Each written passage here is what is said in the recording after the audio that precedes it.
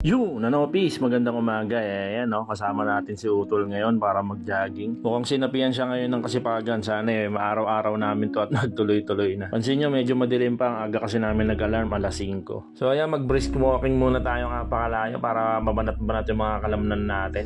Dilim pa. Nalkal lang aso, puro daya pero sheesh! Favorite talaga ng aso, diaper eh.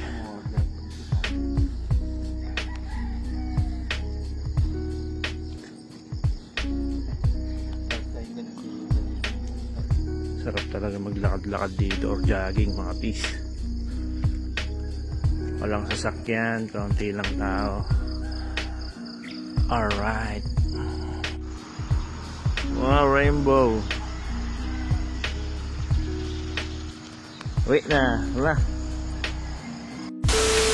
Yun, at nakauwi na nga pala tayo mga pis. Kain tayo yan, pansit-pansit lang, light breakfast. Syempre lalo na kung nagbabawas ka, konti-konti lang yung kain. Yun. Meanwhile, Kain na, piso. You. Okay na. Yan, pagtapos natin magluto ng tanghalian, pinaka-assemble sa atin ni Esme ito kasi dumating na yung computer table na in-order namin sa Shopee. Nasira kasi yung yung ginagamit namin dati. Buti matagal ko nang tinalikuran ng paglalaro sa PC. Kung hindi, na-downloadan ko na ng Dota o League of Legends to. Iba na kasi talaga pag may pamilya na, nababago yung mindset natin tsaka yung goal natin. Yan, fast forward mga pis, trabahong malupit ulit tayo. Siyempre, walang iba.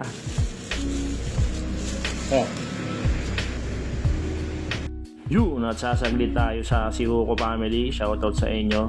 Birthday pala ni paring Kiko ngayon, yung ninong ni Riven mga pis. O, chinet tayo ni Maring Lucy na pumunta daw dito sa bahay nila, gawa ng bibigyan tayo ng foods eh. Yun, may foods, sarap niyan. Yan may foods Pansit lang. Pwede yan.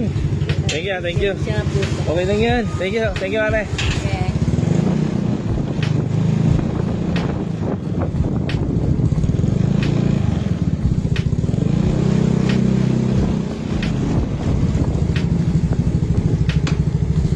Ben, bigyan mo ito doon. Kasi cellphone ka na naman. Kaya yan, syempre, back to work na tayo mga pis, walang iba. Hanggang dito na lang muna ulit. Maraming salamat. Huwag kakalimutan magtrabahong malupit para ang masaganang buhay na nais nating makamit ay sa atin lumapit. Miss Multisyllabic Rhyme. Siya, yun lang naman mga pis. Trabahong malupit tayo palagi, bawal tamad. Ayos, alright.